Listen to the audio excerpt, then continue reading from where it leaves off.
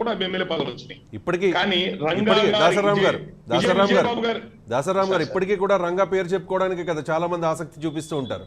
నేను పేర్లు ప్రస్తావించాలని కానీ రీసెంట్ గా రంగా వర్ధంతి కార్యక్రమంలో కొంతమంది నాయకులు చేసిన విషయాన్ని కూడా మీరు మీ దృష్టికి వచ్చి ఉంటది. ఆయా నియోజకవర్గాల్లో ఉన్నాయో వాళ్ళని ఆకట్టుకోవడానికి మాట్లాడారు. ఇప్పుడు విజయబాబు గారు కూడా రంగా గారితో వారితో బాగా సన్నిహిత సంబంధాలు ఉన్నాయి. ఎవరెవరికో మంత్రి పదవులు ఇచ్చారు కానీ ఆ రోజు చెన్నారెడ్డి గవర్నమెంట్, కాంగ్రెస్ గవర్నమెంట్ లో రంగా గారి కుటుంబం ఆయన ఇంటి నుంచి మంత్రి పదవులు ఇవ్వాలి. ఇస్తే మళ్ళీ ఈ జాతులు పోలరైజ్ అవుతాయి, వీళ్ళు ఒక చోటకు వస్తారు, అది మళ్ళీ అది ఇంకొక పవర్ కి కేంద్రం అవుతుంది. కాబట్టి చాలా ప్లాన్డ్ గా ఆ రోజు నుంచి ఈ రోజు దాకా వాళ్ళు ఈ కులాన్ని, కాపుల్ని, బీసీఎస్సీ వర్గాన్ని ఓట్ బ్యాంక్స్ గా వాడుకోవటానికే వాళ్ళు ఇప్పుడు దాకా ఎమ్మెల్యే టికెట్ పదవులు ఇస్తున్నారు. దీని వల్ల ఈ అట్టడుగు వాళ్ళకి, ఆ నాయకులకి మేలు జరుగుతుంది తప్ప ఈ కులంలో ఉన్న ఈ కాపులు, బీసీఎస్సీ కులాల్లో ఉన్న పేద వర్గాలకి వాళ్ళ అభివృద్ధి ఉండదు, వాళ్ళకి ఎటువంటి న్యాయం జరగదు. వీళ్ళకి న్యాయం జరగాలి అని అంటే ఈ పేద వర్గాల రిప్రజెంటేషన్ తో రాజకీయ పార్టీలు రావాలి. ఇది ఇప్పుడు మన రాష్ట్రం చిన్న రాష్ట్రం అయింది, అప్పుడు తెలంగాణ కలిపి పెద్ద రాష్ట్రం, ఇప్పుడు చిన్న రాష్ట్రం అయింది కాబట్టి ప్రజల్లో చైతన్యం పెరిగింది. కానీ వారు అన్నట్టుగా మల్టిపుల్ పార్టీస్, ఇప్పుడు తమిళనాడు నేను 5 రాష్ట్రాలని కమ్యూనిటీ యాక్టివిటీ చూస్తుంటాను. తమిళనాడులో ఒక డిఎంకే పార్టీ ఉందంటే దాదాపు 7-8 పార్టీలు చిన్న చిన్న పార్టీలతో పొత్తు పెట్టి, అన్నా డిఎంకే పార్టీ కూడా అంతే, దాదాపు 7-8 పార్టీలతో పొత్తు. అంటే ఆ చిన్న పార్టీలు ఒక్కొక్క పార్టీ ఒక్కొక్క కులం రిప్రజెంటేషన్ అక్కడ, మళ్ళీ ఓపెన్ గా ఒక్కొక్క పార్టీ ఒక్కొక్క కులం రిప్రజెంటేషన్ అనమాట. అట్లా మల్టిపుల్ పార్టీస్ ఈ రాష్ట్రంలో రావాల్సిన అవసరం ఉంది. అది అట్టడుగు పేద వర్గాల నుంచి అలాంటి పార్టీలు వచ్చి ఎక్కడికక్కడ ఓట్ బ్యాంక్ చేర్చగలిగే పరిస్థితి ఉండి ఒక బలమైన పోరాటం చేయగలిగితే ఇప్పటికి కాకపోయినా 10 ఏళ్లకైనా కూడా 60-70 ఏళ్ళ నుంచి అధికారం అనుభవిస్తున్న ఈ రెండు కులాల యొక్క కుంభస్థలం బద్దలవడానికి అవకాశం ఉంటుంది. ఇప్పటికిప్పుడైతే అద్భుతాలు జరుగుతాయి నేను అనుకోవట్లేదు. ఇందా విజయబాబు గారు అన్నట్టుగా ప్రజారాజ్య పార్టీ అనేది ఒక బలమైన ఎఫర్ట్, అద్భుతమైన నేను ఆర్ఎడి ప్రకాష్ గారిని అందరూ చిరంజీవి గారు టూర్ కమిటీలో ఉండి పనిచేశాం. మేము అందరం కూడా వారికి మా వంతు స్వచ్ఛందంగా సర్వీసులు ఇచ్చాము, ఏ పదవులు ఆశించుకుంటా.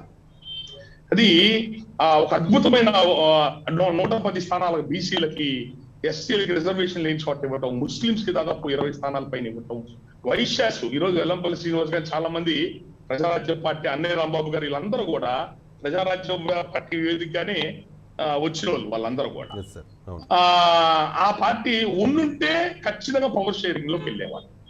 ఆ పార్టీ పుట్టిన రోజు నుంచి ఆ పార్టీని విపరీతంగా ఆయన నెత్తులు అమ్ముకున్నాడని, ఆ టికెట్లు అమ్ముకున్నాడని, ఎన్ని రకాల భ్రష్టత్వం పట్టించాలో, ఎంత ఆగమల్లర చేయాలో 2 పార్టీలు కూడా బలుక్కున్నాడు. రాజశేఖర రెడ్డి గారు, చంద్రబాబు నాయుడు గారు కూడా బలుక్కొని ఉంటే నువ్వుండు లేకపోతే నేనుంటా, ఈ నిద్రపోతున్నా అంటే ఇక్కడ మనం ఈ ప్రత్యామ్నాయ పార్టీ అనే సబ్జెక్ట్ వచ్చింది కాబట్టి చెప్తున్నా.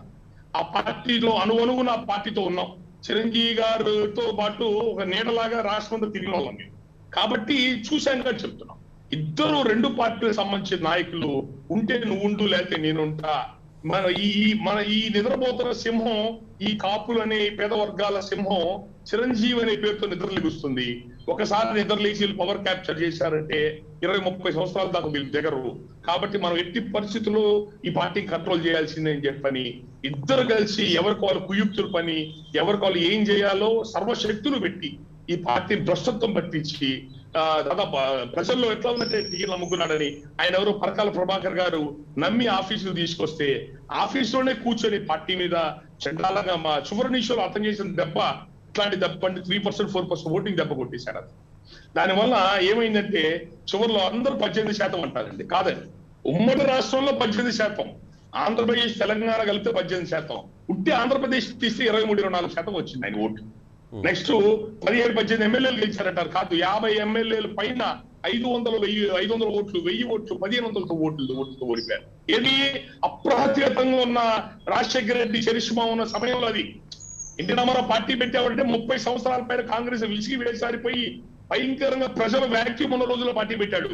ఒక పక్క రాజశేఖర రెడ్డి పథకాలతో, సంక్షేమ పథకాలతో అప్రహత్యంగా బలంగా ఉన్న రోజుల్లో ఇటు చంద్రబాబు నాయుడు చావో రేవో ఈసారి ఓడిపోతే మన పార్టీ లేదని చెప్పని చావో రేవో అని చెప్పని ఎవరికి వాళ్ళు కోట్లు పోసి ఎలక్షన్స్ పోయి గెలుపు గుర్రాలను పెట్టుకుని ఎలక్షన్స్ పోతున్న రోజుల్లో పేద కులస్తులు తీసుకొచ్చి ఏమీ లేని వాళ్ళ టికెట్లు ఇచ్చి ఆ 23-24% ఓట్లు తెచ్చుకున్నా అంటే 18% బయటికి దసరాం గారు. ఎమ్మెల్యేలు 50 ఎమ్మెల్యేలు పైన నిలబెట్టుకున్నాడంటే అది ఈ పేద కులాల్లోంచి ఉన్న కడుపు మంట. చిరంజీవి గారి శరిష్మా పక్కన ఈ అట్టడుగు పేద కులాల్లో సామాజిక న్యాయం జరగట్లేదు, మాకు రాజ్యాధికారం అందట్లేదని ఒకటి ఉంది. కాకపోతే ఆ రోజుగా చైతన్యం పూర్తిగా చైతన్యం లేదు. ఆ ఎవరో పార్టీలో ఉంటున్నారని అనుకున్నారే తప్ప ఈ మనకు రాజ్యాధికారం అందాలంటే ఈ రెండు కులాలకు కాదని ఇంకో వేదిక రావాలని చెప్పని అనుకోలేదు. అందువల్లనే అది విఫలమైన ఆ పార్టీ ఉండుంటే ఖచ్చితంగా రాజ్యాధికారం సాధించేవాళ్ళు, పవర్ షేర్ చేసేవాళ్ళు. ఇప్పుడు మళ్ళీ పవన్ కళ్యాణ్ గారి పేరుతో ఇంకో ప్రయత్నం జరుగుతుంది, ఇంకో ఒక ప్రయత్నం జరుగుతుంది. ఆయనతో అన్ని అద్భుతాలు అయిపోతాయా అంటే నిజాయితీగా ముందుకెళ్ళాలి, ఆయన ప్రయత్నం చేస్తున్నాడు. మల్టిపుల్ పార్టీస్ కలుస్తే తప్పలేదు. ఇప్పుడు కాపుల కొత్త పార్టీ అంటే భిన్న స్పందన వస్తోంది, భిన్నాభిప్రాయాలు వ్యక్తమవుతున్నాయి ఎక్కడ కాపు సామాజిక వర్గంలోనే. ఎందుకంటే ఆల్రెడీ ప్రజారాజ్యం పార్టీని ఏ రకంగా ఇబ్బంది పెట్టారో చూసాం. తర్వాత జనసేన పార్టీ ఇన్ని ఇబ్బందులు పెడుతున్నా కూడా ఇప్పటికీ కూడా రాజ్యాధికారం దిశగా ప్రయత్నిస్తూ ఉంది. రీసెంట్గా పవన్ కళ్యాణ్ గారు కూడా కొన్ని అంశాలని ప్రస్తావించారు. అంటే ఎప్పుడు కూడా పవన్ కళ్యాణ్ కాపు ముద్ర వేసుకోవడానికి జనసేన పార్టీ మీద ఒప్పుకోలేదు, కానీ కాస్త లేటుగా తెలుసుకున్నట్టున్నారు. కాపులు పెద్దన్న పాత్ర పోషించాలి, వెనకబడిన బీసీ వర్గాలు, ఎస్సీ వర్గాలు వీటన్నిటిని కలుపుకుని మీరు పెద్దన్న పాత్ర పోషించి రాజ్యాధికారం దిశగా వెళ్ళండి అని చెప్పేసి. ఓకే, ప్రజారాజ్యం పార్టీలో జరిగిన తప్పేదో జరిగిపోయింది, ఇప్పుడు ఆ పార్టీ లేదు. నిజంగా మీరు అంటున్నట్టు ఆ పార్టీ ఉంటే గనక, కాంగ్రెస్లో విలీనం కాకుండా నిర్వీర్యం అవ్వకుండా ఉంటే గనక 2019లో ఖచ్చితంగా ప్రజారాజ్యం పార్టీ అధికారంలోకి వచ్చేదనే అంచనాలు చాలామందిలో ఉన్నాయి. రాజకీయ విశ్లేషకులు కూడా ఇదే మాట చెప్తున్నారు. 2019లో కాకపోయినా 2024లో ఖచ్చితంగా వచ్చేది అనేది ఒక అభిప్రాయం చాలామందిలో.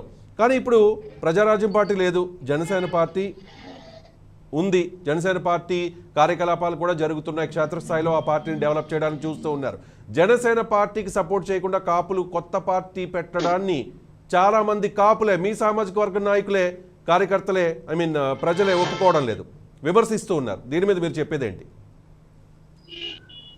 అంటే లాస్ట్ టైము ఈ పవన్ కళ్యాణ్ గారు పార్టీ పెట్టినప్పుడు అంటే కొన్ని విషయాలండి, మేము సామాజిక ఉద్యమాలు ఉండేవాళ్ళం కాబట్టి ఆ ప్రజారాజ్యంలో పనిచేసి ఆ పార్టీ నిలబడలేదు అని ఆవేదన చెంది చాలా బాధపడిన వ్యక్తులు మేమందరం కూడా. అంత కష్టపడ్డ పార్టీ నిలబెట్టుకోలేకపోయామే.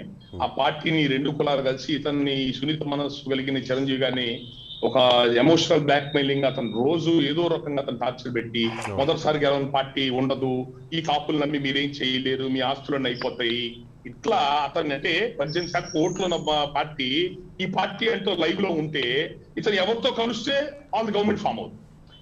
ఏ పార్టీలు ఏర్పడాలా 2-3, 2-3%, 4% డిఫరెన్స్. అలాంటి 18% ఓట్లు కలవటం అంటే ఎవరితో కలిసి గవర్నమెంట్ ఫామ్ అవుతుంది. కాబట్టి ఇతను ఎట్టి పరిస్థితులు తీసేసారని చెప్పి తీసేశారు. మేమందరం చాలా బాధపడ్డాం. ఇప్పుడు దాంట్లో నుంచి ఆ పార్టీ పనిచేసిన వ్యక్తిగా పవన్ కళ్యాణ్ గారు సమాజానికి ఏదో చేద్దామని వచ్చి పార్టీ పెట్టుకున్నారు. విషయం ఏమైంది, ప్రజారాజ్య పార్టీ అన్న నెగిటివ్ ఇంపాక్ట్ అంతా అతని మీదే. ఎందుకంటే ఆయన చిరంజీవి గారి తమ్ముడు ప్రజారాజ్యంలో ఉన్నాడు, యూత్ లీడర్ గా ఉన్నాడు. ఆయన ఎక్కడికి వెళ్ళినా కూడా వాళ్ళన్నీ పనిచేశాడు, ఈయన ఎన్నాళ్ళు ఉంటాడు, ఈయన కూడా 4 రోజులు నుండి వెళ్ళిపోతాడని చెప్పని చాలా ప్రజల్లో నెగిటివ్ ఉంది.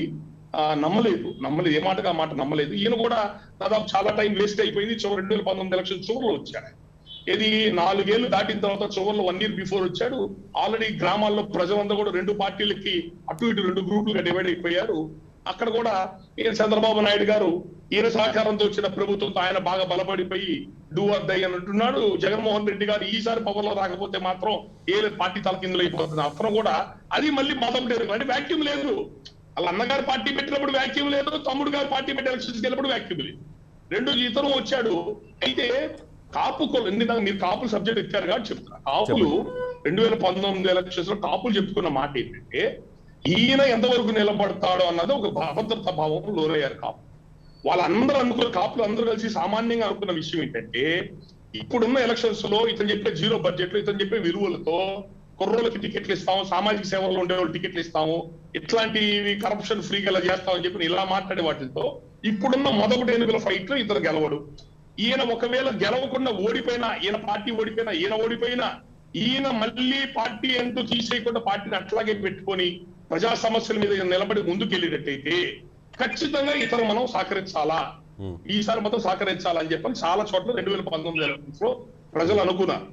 దాని ప్రకారమే ఇతను కూడా నేను నేను నేను బతికినంత కాలం నేను ప్రజల కోసం పనిచేద్దాం వచ్చే తప్ప అధికారం కోసం కాదు, నేను ప్రజా సమస్యల మీద ఉంటానని చెప్పని ఆయన వంతుకు ఆయన ఏదో సినిమాలు చేసుకుంటున్నాడు, మధ్యలో వస్తున్నాడు. చంద్రబాబు నాయుడు గారు 40 ఏళ్ళ అధికారం అనిపించిన Telugu Desam party local body elections లో బహిష్కరించి వెళ్ళిపోయింది, బాధ్యత వదిలిపెట్టేసి వెళ్ళిపోయింది. అలాంటి సమయంలో కూడా ఇతను జనాల్లో పెట్టుకుని జాగ్రత్త ఏదో పని చేసుకుంటూ ముందుకు పోతున్నాడు, స్టీల్ ప్లాంట్ అన్నాడు, ఏదో సమస్య మీద గట్టిగా నిలబడుతున్నాడు. ఇవి ఒక విధంగా చెప్పాలంటే ఇతరే ధైర్యంగా గట్టిగా పోరాడుతున్నాడు అధికార పార్టీతో ప్రతిపక్షం వాళ్ళకంటే కూడా. ఇప్పుడు జనంలో కాపుల్లో పేద వర్గాల్లో ఒక అభిప్రాయం వస్తుంది ఏంటంటే ఇతర అధికారం కోసమో ఏదో లబ్ధి పొందుదాం వచ్చినోడు కాదు, ఓడిపోయి 2 చోట్ల ఓడిపోయి కూడా పార్టీ దెబ్బతిన్నా కూడా ఏదో జనాల్లో నిలబడి పని చేసుకుంటున్నాడు, జనాల్లో తిరుగుతున్నాడంటే దగ్గర స్ట్రక్చర్ లేదు కదా. జగన్మోహన్ రెడ్డి గారికి ఏంటి వేల కోట్ల ఆస్తులు ఉన్నాయి, కాంగ్రెస్ పార్టీ స్ట్రక్చర్ వచ్చింది అతని చేతిలో. చంద్రబాబు నాయుడు గారికి ఎన్టీ రామారావు వచ్చిన స్ట్రక్చర్ ఇంత దగ్గరే ఉంది, జీరో నుంచి ప్రతిదీ బిల్డప్ చేసుకొని వచ్చింది కదా. ఎవరికి ఇచ్చి చేసి పెట్టింది ఏముంది? అందరూ కుర్రోళ్ళు పనిచేస్తున్న వాళ్ళు డబ్బున్నోళ్ళు కాదు, అందరూ చిన్న కుర్రోళ్ళు ఆ పార్టీకి యువతకు వచ్చి పనిచేస్తారు. అతను ఇప్పుడు ఎప్పుడైతే ప్రజల్లో నిలబడి పని చేసుకుంటూ వెళ్తున్నాడో ఇప్పుడు కాపులు కన్సల్టేట్ అవుతున్నారు. కాపులతో పాటు మార్క్ దిస్ పాయింట్, కాపులతో పాటు మిగతా కులాల్లో ఉన్న యువత కూడా అతను వైపు కన్సల్టేట్ అవుతున్నారు. వాళ్ళు ఏమనుకుంటున్నారంటే ఈ టైంలో కాపుల నుంచి వేరే రాజకీయ పార్టీ ఇట్లాంటి రావటం అంటే ఓట్లు స్ప్లిట్ అయిపోతాయి కదా. జగన్మోహన్ రెడ్డి గారు చంద్రబాబు నాయుడు గారు అనుకున్నట్టుగా మళ్ళీ ఇక్కడ వీళ్ళలో వీళ్ళు కొట్టుకొని మళ్ళీ పవర్ చేతిలో పెట్టాల్సి వస్తుంది కదా. ఇది కరెక్ట్ కాదు చెప్పండి. ఇది అది వాళ్ళ ఆవేదన బాధ వాళ్ళు వ్యక్తం చేస్తున్నారు. కాపుల్లో చాలా మంది ఈ ఆవేదన బాధ ఉంది కాబట్టి. అయితే ఏంటంటే దానికి కూడా మేమేమంటున్నామంటే ఇప్పుడు ఒక రాజకీయ పార్టీ పెట్టి ప్రజల్లోకి వెళ్ళి చెయ్యాలంటే సామాన్యం కాదు. అతను ఒక మీటింగ్ పెడితే 1,00,000 మంది జనం ఒక రోజులో చెప్తే మొత్తం కన్సల్టేట్ అవుతారు. తేలికే కాదు. ప్రజల్లో పార్టీలు పెట్టి నడిపించడం అంత తేలికేం కాదు. రాత్రింపగళ్ళు ప్రజల్లో ఉండాలా, రాత్రింపగళ్ళు ప్రజల్లో ఉండాలి. రాజకీయ పార్టీ ఒక్క నిమిషం రాజకీయ పార్టీలో ముందుకెళ్ళగలుగుతాం. ఆ స్థాయిలో పునాదులు వేసుకుని ఖచ్చితంగా పుల్లారావు గారు అన్నట్టుగా మల్టిపుల్ పార్టీస్ ఉండాలా. ఈ అట్టడుగు పేద వర్గాలు కాపులు బీసీఎస్సీ వర్గాల నుంచి కొత్త పార్టీలు వస్తే తప్పులేదు. ఆ వచ్చే పార్టీలో ఆల్రెడీ ఎగ్జిస్టింగ్ పార్టీలు ఓల్డ్ బ్లాక్ చేయించుకొని మనం కొట్టుకోవటం కాకుండా ఈ అట్టడుగు పేద వర్గాలు రాజ్యాధికారం సాధించినాకంటే ఇప్పుడు బీజేపీ పార్టీ నేషనల్ పార్టీ కుటుంబ పార్టీ కాదది. ఒక తెలంగాణలో మొన్నటిదాకా లక్ష్మణ్ గారు ముందూరు కాపు బీసీకి ఇచ్చారు, ఇప్పుడు బండి సంజయ్ ముందూరు కాపు బీసీకి ఇచ్చారు. ఆంధ్రప్రదేశ్ లో కన్నా లక్ష్మణారావుకి ఇచ్చారు, ఇప్పుడు సోమవీరాజు గారు ఆయన కాపులే వాళ్ళు ఇచ్చారు. అంటే నేషనల్ పార్టీస్ కాపు బీసీ వర్గాలకి మీ 2 కులాలు కాదని కమ్మారెడ్డికి కాదని కాపు బీసీ వర్గాలు ఎస్సీ వర్గాలకు రాజ్యాధికారం ఇస్తామని నేషనల్ పార్టీ ముందుకు వచ్చింది. మరి కాపు పెద్దలు ఎవరైనా ఇంట్రెస్ట్ ఉంటే అలాంటి నేషనల్ పార్టీ ఓన్ చేసి అది కూడా మాట్లాడదాం. రాము గారు మీరు చెప్పినట్టుగా భారతీయ జనతా పార్టీ కాపులకు జనసేన పార్టీతో పనిచేసినా బానే ఉంటుంది, లేదు కొత్త పార్టీ పెట్టుకొని ఇది బీజేపీ జనసేన పార్టీతో కలిసి పనిచేసినా బానే ఉంటుంది. భారతీయ జనతా పార్టీ నాయకులు ఒక సందర్భంలో చిరంజీవి గారిని కూడా ఆహ్వానించారంట. వస్తే మిమ్మల్ని ముఖ్యమంత్రి అభ్యర్థిగా పెడతామన్నారంట, పార్టీ అధ్యక్ష పదవి కూడా ఇస్తామన్నారంట. రకరకాల ఊహాగానాలు వస్తూ ఉంటే దాని గురించి కూడా చర్చిద్దాం. ఏదైనా జరిగే అవకాశం ఉంది. చిరంజీవి గారు భారతీయ జనతా పార్టీలోకి రావచ్చు. జనసేన పార్టీతో ఆల్రెడీ మిత్రపక్షంగా భారతీయ జనతా పార్టీ ఉంది కాబట్టి అన్నదమ్ములు కలిసి రాజకీయం చేసే అవకాశం కూడా ఉంది. ఏదైనా రాజకీయాల్లో జరగచ్చు. కానీ ఒక ప్రశ్న రాము గారు, ఇక్కడ కాపులు పెద్దన్న పాత్ర పోషించాలన్న పవన్ కళ్యాణ్ గారు కాపుల్ని కలుపుకోవడంలో ఎందుకు విఫలమవుతున్నారు? ఓకే, మీరు చెప్పినట్టుగా ఒక్క పిలిపిస్తే లక్షల మంది జనం స్వచ్ఛందంగా వస్తారు. మిగిలిన పార్టీల వాళ్ళకి క్రౌడ్ పుల్లింగ్ చేయాలి, లారీలు పెట్టాలి, బిర్యానీలు ఇవ్వాలి, మందు పెట్టాలి, అన్నీ ఇవ్వాలి, డబ్బులు ఇవ్వాలి. అంతా ఖర్చు పెడితే కోట్ల రూపాయలు ఖర్చు పెడితే ఒక 10,000 మందినో 20,000 మందినో సమీకరించగలుగుతారు మిగిలిన పార్టీలు. మనం ఒప్పుకోవాల్సింది ఏంటంటే పవన్ కళ్యాణ్ వస్తున్నారంటే అక్కడికి 1,00,000 మంది వచ్చి చేరిపోతారు, స్వచ్ఛందంగా వస్తారు, ఏది ఆలోచించకుండా. కానీ యువతలో క్రేజ్ ఉంది, కాపు యువతలో కానీ లేకపోతే మిగిలిన సామాజిక వర్గాల్లో ఉన్న యువతలో. కానీ కాపుల్ని ముఖ్యంగా ఎవరైతే కీలకంగా మొన్న భేటీలో ఉన్నారో ఆ భేటీలో పాల్గొన్న కాపు నాయకులతో ఒకసారి పవన్ కళ్యాణ్ మాట్లాడి ఉండాల్సింది అనే అభిప్రాయం కూడా ఆ సామాజిక వర్గంలో ముఖ్యంగా వ్యక్తమవుతోన్న ఒక అంశం. దీనికి ఏం చెప్తారు? 2019 ఎన్నికల తర్వాత మీ సామాజిక వర్గానికి చెందిన జనసేన పార్టీ నాయకులు ఎంతమందో జనసేన పార్టీ నుంచి పక్కకి వెళ్ళిపోయారు. దీనికి కారణం ఏంటి? దీన్ని కూడా పునఃసమీక్షించుకోవాల్సిన అవసరం ఉంది కాదా రాము గారు? అవునండి. అయితే దాంట్లో ఒక విషయం సార్, ఇప్పుడు ఒక సందర్భంలో దామోదరం సంజయ్ గారు, ఒక దళిత ముఖ్యమంత్రి దామోదరం సంజయ్ గారు వారి ఇల్లు శిథిలం అవుతుందని అంటే వారికి వీరు ₹1 కోటి విరాళం ఇచ్చారు. ఓ మంచి కార్యక్రమం. అది ఎక్కడ హైలైట్ అవ్వట్లేదు కదా, అది హైలైట్ అవ్వట్లేదు ఎక్కడ, హైలైట్ కానివ్వరు సార్, హైలైట్ కానివ్వరు. ఎందుకంటే మంచి పనులు హైలైట్ కానివ్వరు కదా ఎవరు కూడా. మనం ఎంత దోచుకుంటానో దాచిపెట్టుకుంటే హైలైట్ అవుతాయి సార్. మంచి పనులు ఎక్కడ హైలైట్ అవుతాయి? ఆయన చేసిన మంచి పనిని ఒక దళిత ముఖ్యమంత్రి గారు ఇల్లు డెవలప్ చేయడం కోసం ఇచ్చిన అమౌంట్ ఇచ్చారని తెలిసి నేను హైదరాబాద్ పని మీద వెళ్ళినప్పుడు ఆయన కలిశాను.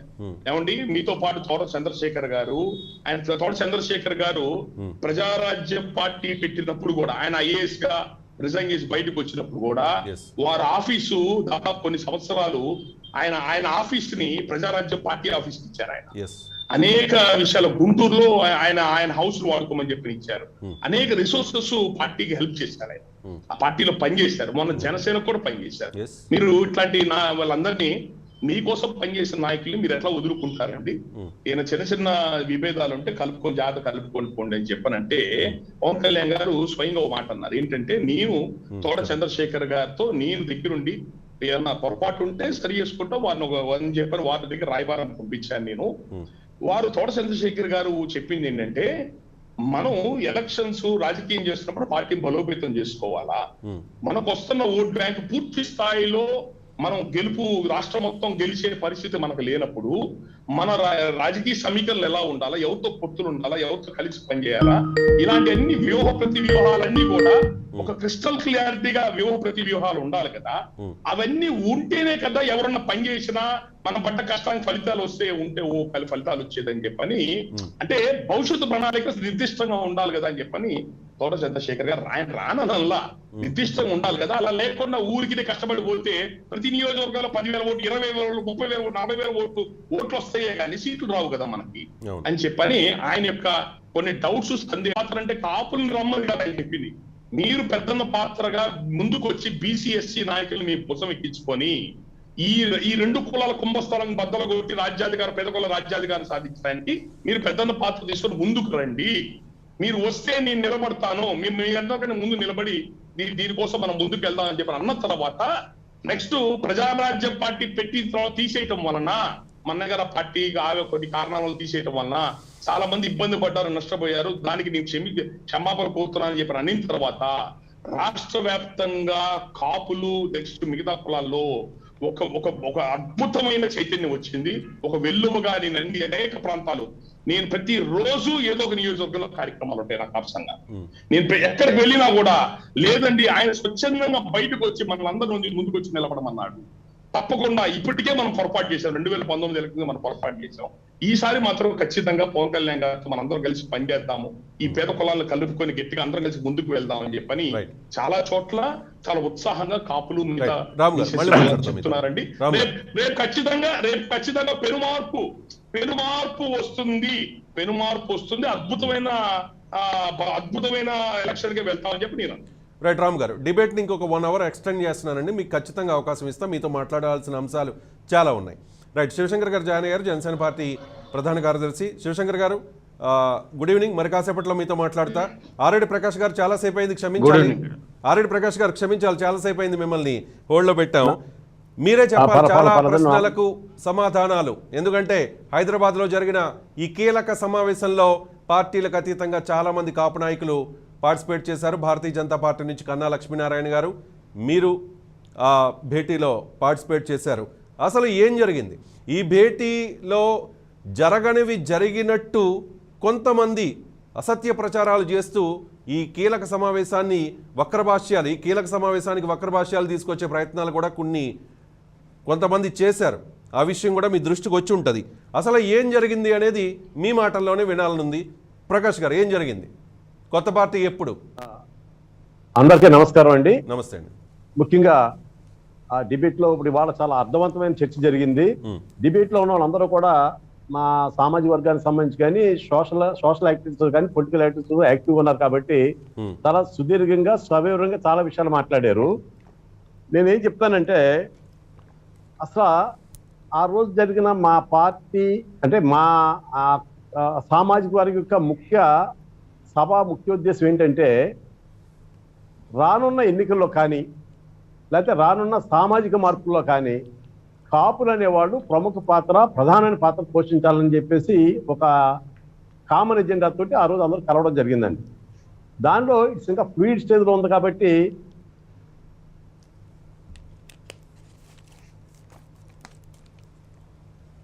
అభిప్రాయాలు వాళ్ళందరూ తీసుకున్నారు కాబట్టి ఆ అభిప్రాయాన్ని కూడా పక్కూస్తాం. ముఖ్యంగా నేనేం చేస్తాను, ఇప్పుడు మన జరిగిన చర్చలో చాలా ముఖ్యంగా చెప్పింది ఏంటంటే అసలు పార్టీ పెడతారా అనేది మీరు ఒక మాట పదే పదే చెప్తున్నారు. పార్టీ పెడతారో పెట్టరనేది చర్చ అయితే అక్కడ ఏం లేదు. ముఖ్యంగా ముందు మేము కలిసింది ఎందుకంటే ఒక కామన్ ప్లాట్ఫామ్ మీదకే అన్ని పార్టీల వాళ్ళు ఆ కాపు సామాజిక వర్గం సంబంధించి వివిధ వృత్తుల్లో ప్రముఖంగా ఉన్న వాళ్ళందరూ సరి కూర్చుని ఒక సమమైన ఆలోచనతోటి అందరం కూడా ఏకీభవమైన ఆలోచనతో రావడం అనేది ప్రధానంగా ఫీల్ అయ్యాం కాబట్టి ఆ రోజు కూర్చోవడం జరిగింది. దాంట్లో మనం ముఖ్యంగా చూసినట్టయితే ఎవరో అభిప్రాయాలు చెప్పినప్పటికి కూడా కాంగ్రెస్ నుంచి, బీజేపీ నుంచి, టీడీపీ నుంచి, అలాగే కాపు సామాజిక వర్గం నుంచి, అలాగే కాపు మేధావులు కూడా దాంట్లో హాజరవడం జరిగింది. దీనిలో మనం చూసినట్టయితే రాజకీయంగా ఫస్ట్ నుంచి చూస్తే కాపులు రాజకీయాల్లో మొదటి నుంచి కూడా ప్రముఖంగా ఉన్నారు చాలా కాలం నుంచి. ముఖ్యంగా 2004 నుంచి చూస్తే కాపులకు చాలా క్రియాశీలంగా వస్తూ వచ్చారు తప్ప అయితే కాపుల్లో భాగస్వామ్యం లేకుండా రాజకీయాలు నడవట్లా. కాపులకి సముచితమైన భాగస్వామ్యం పార్టీలు ఇస్తున్నాయని చెప్పి పార్టీలు ఫీల్ అవుతున్నాయి. కానీ గమనించాల్సిన అవసరం ఏంటంటే ఒక పార్టీ కాపులకి భాగం కల్పించడం వేరు, కాపుల భాగస్వామ్యంతో ప్రభుత్వాలు ఏర్పడటం వేరు. అంటే ఆ డిఫరెన్స్ మీరు గమనిస్తే ఇంతవరకు జరిగిన ప్రతిసారి కూడా ఏ పార్టీ అధికారులు కాపుల మీద చాలా ప్రత్యేకమైన భాగం ఇస్తున్నామని చెప్తూ వస్తున్నారు.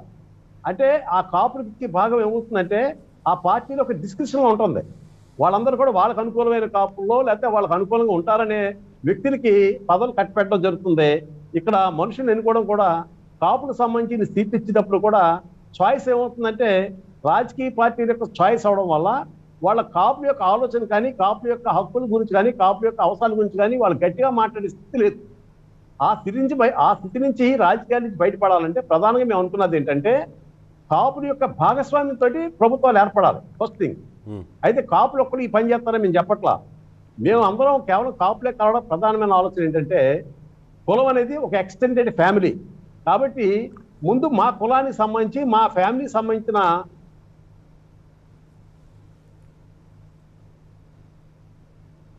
సార్ మ్యూట్లో పడింది సార్. ప్రకాష్ గారు మ్యూట్లో పడింది సార్.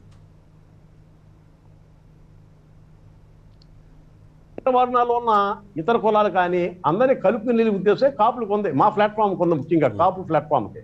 అందులో మనం గమనించినట్టు ఇది ఇవాళ కమ్మవారు కానీ రెడ్లు కానీ మాకు వ్యతిరేకం కాదు. మేము కమ్మ రెడ్డి కమ్యూనిటీ కాదు. ఇవాళ ఆంధ్రప్రదేశ్ 2 కుటుంబాల యొక్క పాలనలో అనేక రకాలుగా వెనకబడి స్థితిని తీసుకెళ్ళింది. ఎన్టీ రామారావు పార్టీ పెట్టి దాన్ని కొనసాగింపుగా చంద్రబాబు పాలన ఏ రకంగా మనం గతంలో చూసాం. అలాగే రాజశేఖర రెడ్డి సీఎంగా ఉన్నప్పుడు పాలన చేసిన తర్వాత జగన్మోహన్ రెడ్డి గారి స్థాయిలో ఏ రకంగా పార్టీ నడుస్తుంది, ఏ రకంగా ప్రభుత్వం నడుస్తుంది, ఏ రకంగా ఆంధ్రప్రదేశ్ పరిస్థితుల్లో కూడా మనం చూస్తున్నాం. కాబట్టి మా ప్రధానమైన డిమాండ్ ఏంటంటే ఈ స్థితిలో తప్పనిసరిగా ఒక కొత్త వర్గం లేదా ఒక కొత్త రాజకీయం లేదా ఒక కొత్త రాజకీయ వేదిక రావాల్సిన అవసరం ఉందని చెప్పి మేము భావించి మేము ఇందులో సేవ్ ఆంధ్రప్రదేశ్ అనే నినాదంతో మేము అందరం కలవడం జరిగింది. ఈ నినాదంలో మీరు తీసుకునే ప్రధానమైన ఆలోచన ఏంటంటే మీరు గమనించండి, ఆంధ్రప్రదేశ్ అత్యధిక సంఖ్యాబలం కలిగిన కులం కాపు కులం. కాబట్టి మేము లీడ్ తీసుకుని దీన్ని ఎదురు తీసుకెళ్దామని ఆలోచనతో మేము ముందుకు వచ్చాము. మాతో పాటు 13 జిల్లాల్లో ఉన్న 2 కులాలు ఆంధ్రప్రదేశ్ 13 జిల్లాలో ఉంటాయి. 1 కాపులు, 2 ఎస్సీలు. ఈ 2 కులాలు ముందు ఒక వేదిక మీద రావాలని మా ప్రగాఢమైన ఆలోచన. అలాగే అత్యధిక సంఖ్యాబలంగా ఉన్న బీసీలు అంటే అనేక కులాలుగా ఉన్నా సరే బీసీలు కూడా ఈ వేదికలోకి వచ్చినప్పుడు ఈ వేదిక తప్పనిసరిగా స్ట్రెంథన్ అవుతుంది. కాబట్టి దీన్ని పొలిటికల్గా ఎలా తీసుకుందాం అంటే కేవలం కాపులు బెనిఫిట్ పొందడం కాదు. రేపొద్దు నిజంగా ఈ వేదిక బలంగా ఉంటే కాపు సీఎం అవ్వాలన్న ఆలోచన కూడా కాదు. కాపులు కాకుండా ఎవరెవరైతే నిర్లక్ష్యానికి గురి చేయబడ్డారో, ఎవరెవరైతే అధికారానికి కానీ లేకపోతే ఆర్థిక అవసరాలకు కానీ లేకపోతే సామాజిక వెనకబడి తొక్కువేయబడుతున్నారో వాళ్ళందరూ కూడా ఒక పెద్దల పాత్రని మేము అన్నాం. కానీ ఒక ఉమ్మడి కుటుంబంలో అన్నదమ్ముల్లాగా మేము వాళ్ళందరితో కలిసి ప్రయాణం చేయాలన్న ఆలోచన ఇందులో వస్తున్నది జరిగింది. మరి ముఖ్యంగా చూస్తే గతంలో ఇప్పుడు మీరు చాలా చర్చ జరిగింది చిరంజీవి గారి గురించి, పవన్ కళ్యాణ్ గారి గురించి కూడా. ఇందులో పాజిటివ్గా నెగిటివ్గా షేడ్స్ ఉన్నప్పుడు కూడా నేనేమంటానంటే వ్యాక్యూమ్ అనేది ఒక రాజకీయాలు ఇప్పుడు రాదు. 1983లో ఒకసారి ఏమైందంటే అప్పట్లో అధికార పార్టీ అపోజిషన్ పార్టీ కూడా కాంగ్రెస్ వాళ్ళు ఉండటంతో కమ్యూనిస్టులు కానీ ఇతర పార్టీలు కూడా అంత సమర్థంగా లేని కారణంగా ఒక రకమైన అంటే ముఖ్యంగా కాంగ్రెస్ పాలించిన విధానం వల్ల ఆ రోజు ఎవరు నిలబడ్డా 294 సీట్లు ఎవరు నిలబడ్డా సరే నెగ్గి స్థితి ఉన్న పరిస్థితుల్లో అందరికీ బాగా తెలుసుండి అప్పటికే ఆర్థికంగా సామాజికంగా బాగా అభివృద్ధి చెందిన కమ్మకుల నుంచి వచ్చిన ఎన్టీ రామారావు గారు సీఎం అవడం జరిగింది. అది కేవలం రామారావు గారి ప్రతిభగానే కూడా ఉన్న పరిస్థితులు ఎక్కువ యాడ్ చేసిందని మనం తప్పనిసరిగా ఒప్పుకోవాలి. అలాగే మనందరం రామారావు గారి నాయకత్వం గురించి రామారావు గారు లీడర్గా ఇస్తే ఫెయిల్యూర్, పార్టీగా సక్సెస్ అయింది. ఎందుకు ఫెయిల్యూర్ అంటే 83 అధికారంలో 84లో పార్టీ పడిపోయింది. మరి 94 అధికారంతో 95లో పార్టీ పడిపోయింది. అంటే లీడర్గా ఆయన ఫెయిల్ అయ్యాడు, కానీ పార్టీగా జరిగింది. అయితే జరిగిన పరిణామాలు ఆ లీడర్గా ఫెయిల్ అవుతున్నప్పుడు కూడా వాళ్ళకున్న సామాజిక వర్గం కానీ వారి కుటుంబ నేపథ్యం కానీ రాజకీయాల్లో వాళ్ళ ఎత్తుగడలు కానీ పార్టీని ముందుకు తీసుకెళ్ళడానికి చంద్రబాబు కానీ లేకపోతే డాక్టర్ వెంకటేశ్వరరావు కానీ లేకపోతే అక్కడున్న సామాజిక వర్గం వాళ్ళకి హెల్ప్ చేసింది. అలాగే ఇక్కడ మనం చూసినట్టే చిరంజీవి గారికి వచ్చేటప్పటికి అంటే చిరంజీవి గారు పార్టీ పెడతారా లేదని దానికన్నా కూడా చిరంజీవి గారు మీరు పార్టీ పెట్టండి అని చెప్పి ప్రజల నుంచి ఎక్కువ కోరిక రావడంతో చిరంజీవి గారు ప్రజల కోసం వచ్చినట్టు తప్ప నేను సీఎం అవ్వాలి, ఈ రాష్ట్రాన్ని నేను ఏలాలి, లేకపోతే ఈ రాష్ట్రంలో నేను ఒక గొప్ప మార్పు తీసుకోవాలని చెప్పేసి ఆయన గట్టిగా వచ్చిన దానికన్నా కూడా ప్రజల నుంచి చిరంజీవి గారు మీరు రండి అని కోరిక ఎక్కువగా మనం చూసాం. ఆ పార్టీలో మేము ఇప్పుడు రాము గారు అన్నట్టుగానే నేను కానీ రాము గారు కానీ అనేక మంది పెద్దలు ఇప్పుడు తోట చంద్రశేఖర్ గారు చేసిన త్యాగం కానీ అందరూ కూడా చాలా త్యాగం చేసి పనిచేశారు. అంతా పనిచేసి ప్రతి ఒక్కరు కూడా అంటే ఏదో ఆశించి కాదు, తప్పనిసరిగా ప్రకాష్ గారు తప్పనిసరిగా మనం తీసుకెళ్ళాలని చేసినప్పుడు ఇక్కడ చాలా మంది ఫలితాలు అంటే ఒక్క నిమిషం అంటే రాజకీయం అనేది ఏంటంటే ఒక యుద్ధం. అది యుద్ధం చేసేటప్పుడు అవతల 2 బలమైన పార్టీలు, 2 బలమైన సామాజిక వర్గాలు, ఇతర బలమైన నాయకులు ఉన్నప్పుడు దానికన్నా ఎక్కువగా మనం పనిచేయాల్సిన అవసరం ఉంది. చిరంజీవి గారు వచ్చినప్పుడు అంటే అది వ్యాక్యూమ్ లేనప్పుడు కూడా చిరంజీవి గారు చరిష్మా తోటి చాలా పెద్దగా వెళ్తాం. అన్ని కేవలం కాపులు కాదు, అన్ని కమ్యూనిటీస్ నుంచి అన్ని పార్టీ నుంచి చాలా ప్రముఖమైన నాయకులు వచ్చారు. మీరు ఉపేంద్ర గారిని చూడండి, లేకపోతే శివశంకర్ గారిని చూడండి. వాళ్ళ కులంతో మనం కొలమానం చేయలేము. శివశంకర్ గారు ఉన్నారంటే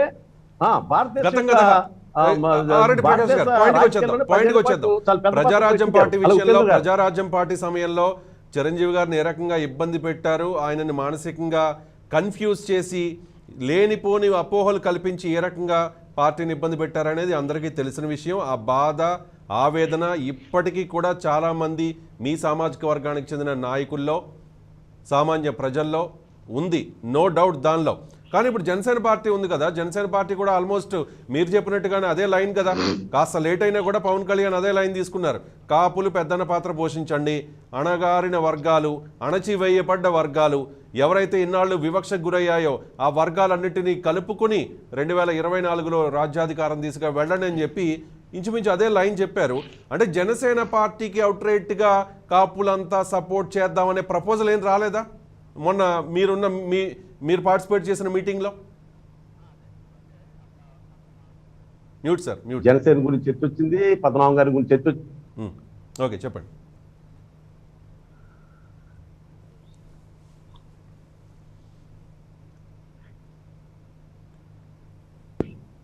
2009లో ప్రజారాజ్యం పార్టీ ఎటువంటి లోపాలతోటి వెనకబడిందో అంటే ఇద్దరు ప్రధాన పార్టీలు, ఇద్దరు ప్రధానమైన నాయకులు ఉన్నప్పుడు మన యుద్ధానికి వెళ్ళినప్పుడు సరైన ఆయుధాలతోటి, సరైన వ్యూహంతో, సరైన ప్రణాళికతో వెళ్ళకపోతే ఎలా ఫెయిల్ అవుతారని జనసేన మళ్ళీ ఒకసారి నిరూపణ చేసింది. ఇక్కడ జరగాల్సింది ఏంటంటే జనసేన పార్టీ ప్రజామోదం పొందడానికి ఇప్పుడు కూడా కాపులే ఆ పార్టీలు ఎక్కువ సంఖ్యాబలంగా ఉన్నారు కాబట్టి కాపుల పార్టీగా ముద్ర పడిపోయే పరిస్థితి వచ్చింది వాళ్ళు కూడా. అప్పుడు కూడా చిరంజీవి పార్టీలో ఎక్కువ మంది కాపులు కన్నా కూడా ఇతర వర్ణాల్లో కూడా అప్పుడేమో కాపు ముద్ర ఇస్తారు. ఇప్పుడు వాస్తవంగా కూడా ఎక్కువ మంది కాపులే కనిపిస్తున్నారు ఆ పార్టీలో. కాబట్టి ఇక్కడ జరగాల్సింది ఏంటంటే 2009 ఏ పొరపాటు జరిగింది, ఆ పొరపాటు నుంచి బయటపడడం కన్నా అంటే ప్రజల్లో నేను ఒకటే చెప్తానండి. 2009లో రాజశేఖర రెడ్డి గారు చనిపోయిన తర్వాత 2019లో జగన్మోహన్ రెడ్డి గారు సీఎం అయ్యే వరకు కూడా ఆయన ఒక సీఎం పదవి కోసం ఆయనకి అన్ని ఉన్నా కూడా ఆయన ఎంతటి పోరాటం చేశారు, ఒంటరి పోరాటం చేశారో మనం చూస్తే నిరంతరం ప్రజల్లో ఉండి ఆయన ప్రజలు తిరస్కరించినా సరే మళ్ళీ ప్రజల్లోకి వెళ్ళి నేను ఉంటాను నాకు ఒక ఛాన్స్ అని చెప్పేసి ప్రజల్ని ఒప్పించే స్థితిగా ఆయన తీసుకెళ్ళాడు. అంటే కేవలం ఆయన ఎంత ఎఫర్ట్స్ పెట్టాడో మనం గమనించినప్పుడు జనసేన పార్టీ ఏ రకంగా నడుస్తుందో దాని గురించి ప్రత్యేకంగా చెప్పాల్సిన అవసరం లేదు. నేనేమంటానంటే ముందు జనసేన నాయకుడు ప్రజామోదం పొందినట్టుగా ముందు నిరూపణ చేసుకోవాల్సిన అవసరం ఉందంటాను నేను. అంటే ప్రజల్లో నిరంతరం అనేక సమస్యల మీద ప్రయత్నం వల్ల సమస్యలు పరిష్కారం కావు. ప్రజలు ఏదైనా సమస్య ఉన్నప్పుడు అది పూర్తిగా పరిష్కారం వైపు మన సమస్య మీద పోరాడాలి. దానికి ఉదాహరణ అంటే కేజ్రీవాల్ గారు ఉన్నాడు. ఆయనకి పెద్దగా క్యాస్ట్ బలం లేదు, ఆర్థిక బలం లేదు. ఆయన ప్రజా సమస్యల పోరాటంతో వచ్చి ఫస్ట్ ఫెయిల్ అయినా సరే మళ్ళీ నిలబడి అతను ఇవాళ సీఎం అయ్యి స్టాండర్డ్ ఒక నిబద్ధతగా సీఎం గా నిరూపణ చేసుకుని ఇతర రాష్ట్ర